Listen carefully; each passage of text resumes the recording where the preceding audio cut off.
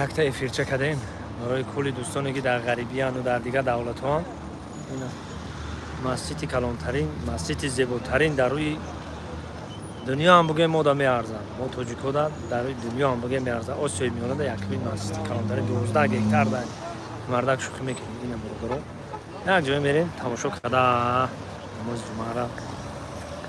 اینم چیسته برای هم برادر غریبه که حال نیومدن نماز جمعه ده یا که نماز 5 وقته ده برای همون.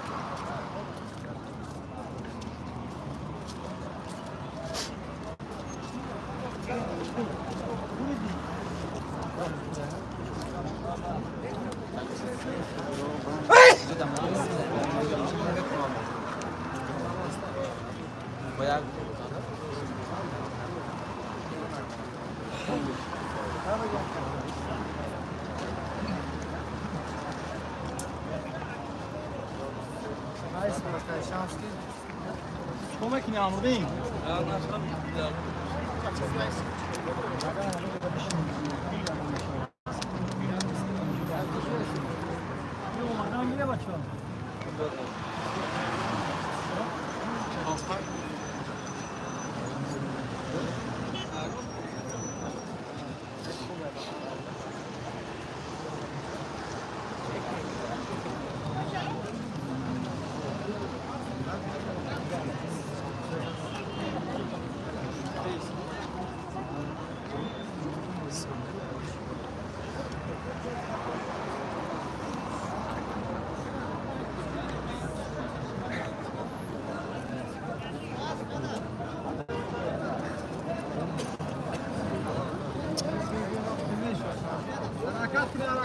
Show.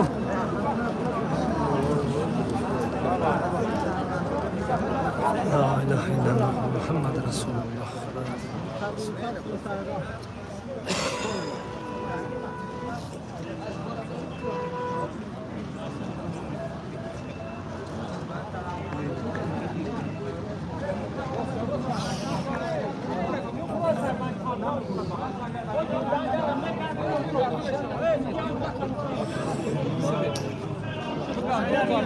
Guarda.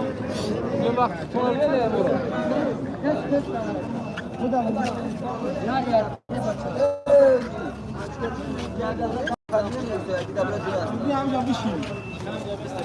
تلفن تبتش تلفن دارم.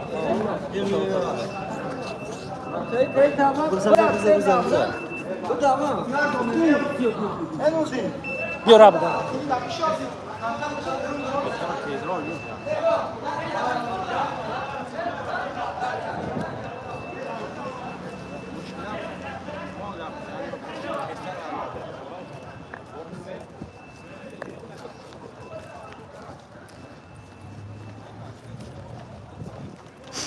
نه دوستان عزیز، نه یه بار دیگه روزی سعید جمعه با هم مبارک باشه. این مسجد زیباترین مسجد کلانترین نه یک جای میداریم تماشا میکنیم، میریم هم تابا و داماد مانو میکنیم. اینا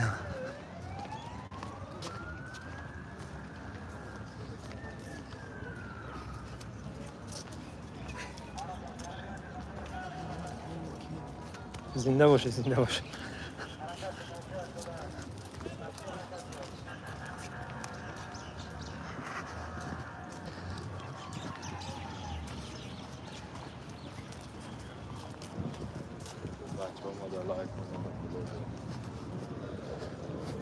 سلام علیکم.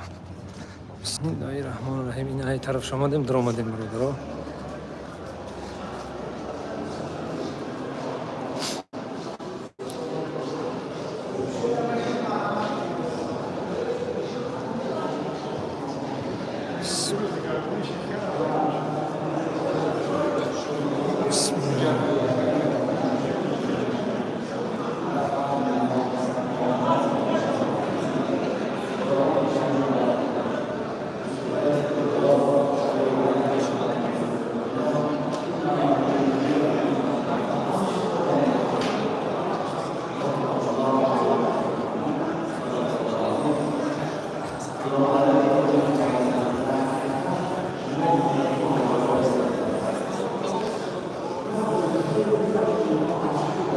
چیکار ندارین همینجا میمونیش.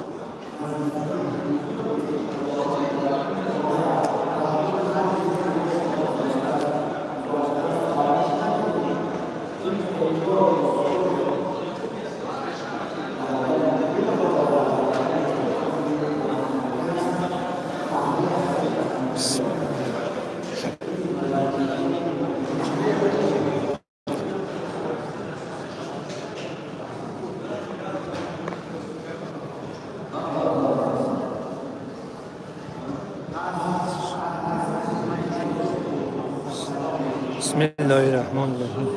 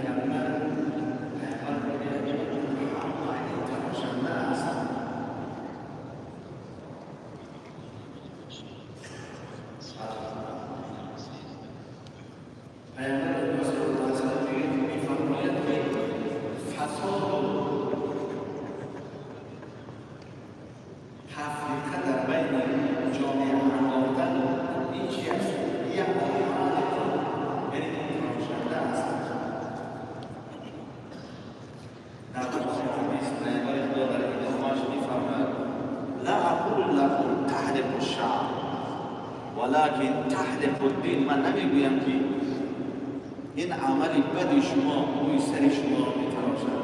این عملی بدی شما رو دین شما رو میتراشد. چقدر عملی ناخوب است وقتی انسان وقتی در بدی جامعات در بدی انسان فتنه میاندازد. این منطقی بزرگترین هستند و تعریف پیامبر خدا صلی الله علیه و سلم نظر کنید. وقتی که پیامبر خدا صلی الله علیه و سلم از مکه مکرمه به مدینه هجرت کرده، می‌دانید اولین کاری که پیامبر انجام داد چه بود؟ اولین عملش صلح و آشتی در بین دو قبیله که سال‌های سال با هم جنگی بودند تحمیل اون دو قبیله اوس و خزرج بود. یعنی هر آن کسانی که در جامعه پی اصلاح جامعه هستند، پی صلح و صلاح کشور هستند، آنها یک سنت پیامبر را زنده کردند. همگان می‌دانید که در آغاز سال‌های استقلالیت کشور فتنه و دسیسه و نفاق و اوج بلندی بود. فراموش نکنید که امام روز بایستند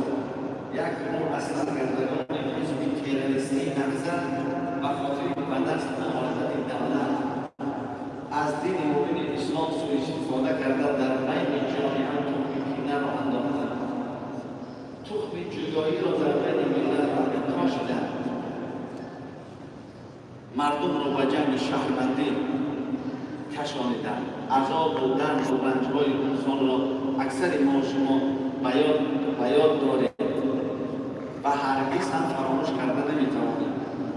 مردم کشور در آن روزها به آینده کشور به چشم ناامیدی نظر می‌کردند. مردم در آن روزها حتی یک روز نماندند. در این جنگ بی‌منطقی و نادرمانش بیش از 150 انسان به قتل رسانده شد، کشته شد. صدها هزار نفر گریزه و بیخانمان گردیدند. از این 25,000 زن کشور، 55,000 کودک یتیم، سلام علیکم سوزت اینجا صدها خانه بی‌سرپناه. حتی که باور کنید از بین رفتن تاجیکستان به نظر می‌رسید سلام علیکم سوزت اما کشورمون رو در آن روز می‌توانستیم از دست بدهیم. سرکردگان نهضتی برای رسیدن به مقصدهای نیکوکشان از هیچ رسالت رو نمی‌گرداندند. برای آنها هیچ مقدساتی وجود نداشت. برای رسیدن به هدفهای شوخشان گاه از اسلام سخن می‌کردند، گاه از ارزش‌های ملی. آنها حتی اندیشه نمی‌کردند که روزی می‌رسد که شاید فتنه‌های آنها سبب از بین رفتن وطن عزیز و محبوبمان شود.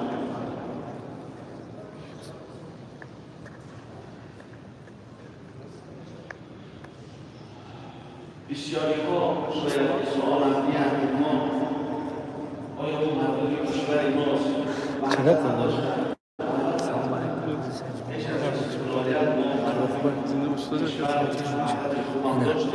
قربونی سفرزاد هم دیدیم بخیم جمعیش تنیستو که یعنی من نکشتم دست همدیگر را می‌گرفتیم، وحدت کامل هم داشتیم. اما سلام علیکم خوب هستی بچه ها تینجا کار خوب همه تینج کار برو خوب زندگی خوب همه طرف تینج کار برو تا خوبه جانم است درست میگم اونجا وقت هم شیده چنده؟ 20 میلیون نه خیلی 20 میلیون شد اما ساز تینج کارو سازه اما خیانتکاران متفق انگیزان با روبری سرکردگان حزب تروریستی نهضت ملت ما را به دو جهت تقسیم کردند. ملت تاجیک با این خطر بزرگی است در مقابل یکدیگر قرار گرفت. دست خالی نه البته با سلاح در مقابل یکدیگر قرار گرفت. ما هم یاد داره کلمه داشتم به کلمه ما رفتیم گذراند ما انجام گرفت. خداوند دعا می‌کنیم ما هرگز این را نمی‌کنیم. این تاریخ است. تاریخ را باید یاد بیاوریم. تاریخ را اصلا فراموش نکنیم. تاریخ آینه زندگی است. در چنین شرایط خیلی وزنی نمایندگان مردمی ما در هم پیش دبرم بشینم چی گفتیم بچه ها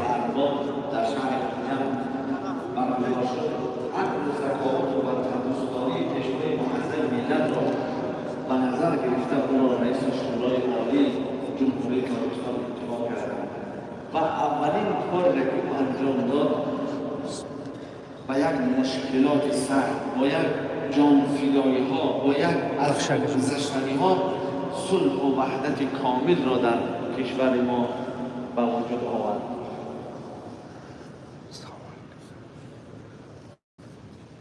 یک حادثه تاریخی را می‌خواهم برای شما بیان کنم که بنده شاهد آن حادثه بودم. وقتی که پیشوای معظم ملت به حیث رئیس شورای عالی تاجیکستان انتخاب شد، برای دعا گرفتن و دادگاه شهادت در مردم خیلی زیادی جمع شدند. از مستحقان دعا گرفتند. مردم جوانان می‌خواستند که سلام علیکم از جناب عالی خواهش کردن که ما هم چطور کنیم پیوست شدیم. گفت نه عینی شکار است. شما مردم به شکار زیرا اصلا باشد.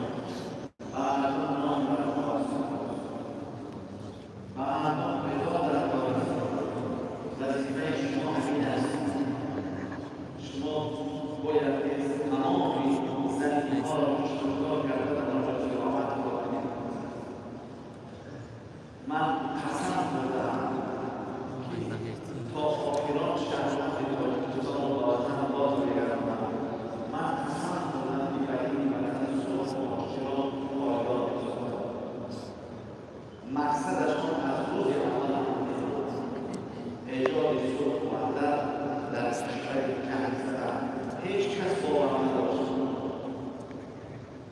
کشورهای اطراف باور نداشتند که در تاجیکستان روز صلح و وحدت می‌شود. اما ما باید دعا کنیم در کشورهای ملت و آن کسانی که با او در این کار سهم گذاشتند و برای این مردم دعا کنیم که از عهد و سخاوت کار گرفتند رو آوردند از پیش صلح و آشتی.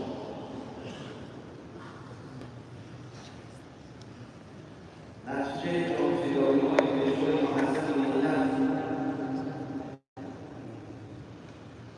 بود که ما امروز الحمدلله برای استوار اعمال کردیم و این همه پیشرفت‌های که ما امروز می‌بینیم در کشور می‌بینیم چقدر پیشروی است. حتی کسانی که 20 سال پیش از تاجیکستان برآمده رفتند امروز دوشنبه را نمی‌شناسند. باور کنید امروز دوشنبه را نمی‌شناسند. آمدن دیدن یک شهر افسانه‌ای شده است. تاجیکستان هر از خودشناسی تمام ناحیه‌ها ترقی کرده. این هم از سببش چی است؟ برادران، سبب اساسیش وحدت است. وحدت این خود تحریزی و امنیت کشور میباشد. این خود سبب پیشروی نموی کشور است.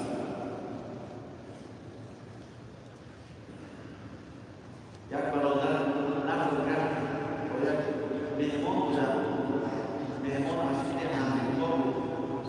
در همین دوشنبه مهمانش کرد که در یک مهمانخانه ساعت 10 شب می‌خواهیم و سیرگشت گروه امریکایی در از قانون تماس گرفته است.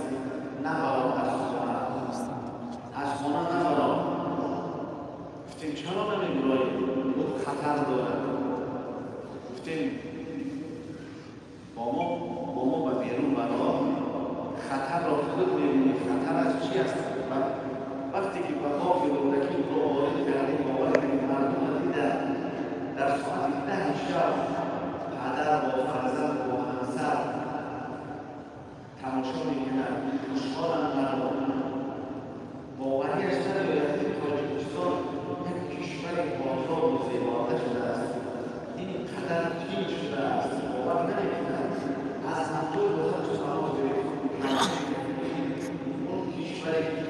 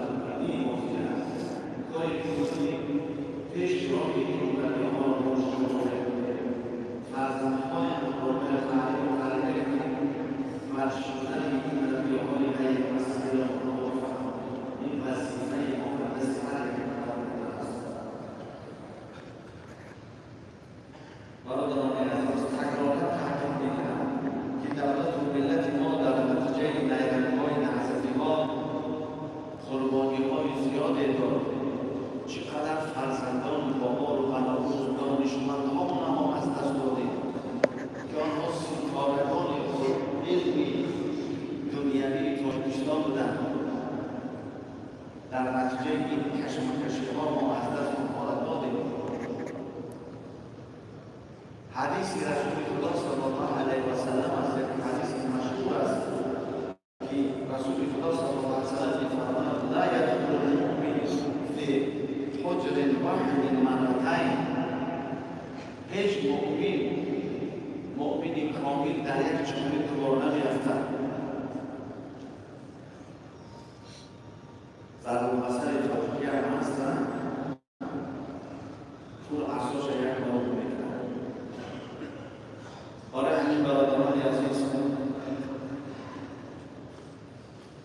بار دیگر همه شما را و مناسبت این روز عید سعید، عید بزرگ، عید وحدت ملی و عید سعید قربان از طریق خلق مبارکات میگویم و خداوند عزیز بزرگان دعا میکنیم که خداوند کشور عزیز و وطن ما را از جمیع بلاهای آسمان مستقیم در پناه اسلام برکت آمین.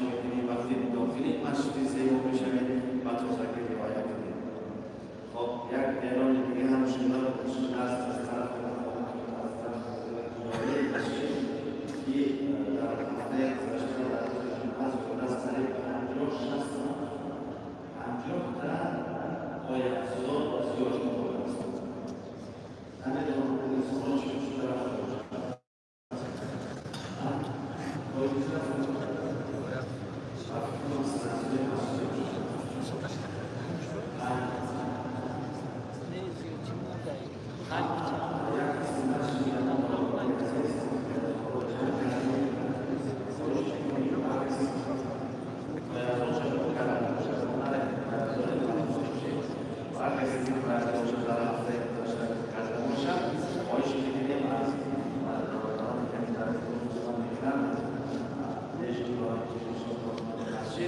کدامشون میخوریم میپرسیم آنها همون جایی باید خوراک برشون شد خواهش میکنم طرف برای این هر کس باید خوری خوش